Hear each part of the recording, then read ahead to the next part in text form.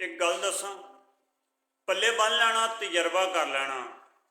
इस दुनिया के उत्ते बहुत सारे लोग तुहाडे नाल प्यार जतलाणगे, मुहब्बत का इजहार करनगे। नहीं, माँ प्यो की गल नहीं करता। माँ बाप एक दुनिया के उत्ते ऐसी हस्ती है जिहड़ी कि अपने बच्चों नाल बेलौस प्यार करती है।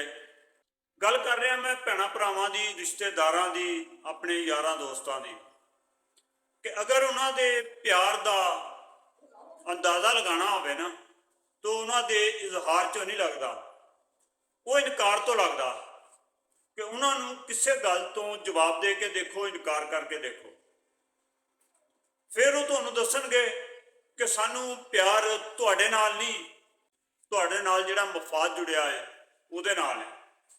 फिर तुहानूं पता लगेगा कि कौन किहनूं किन्ना प्यार करदा।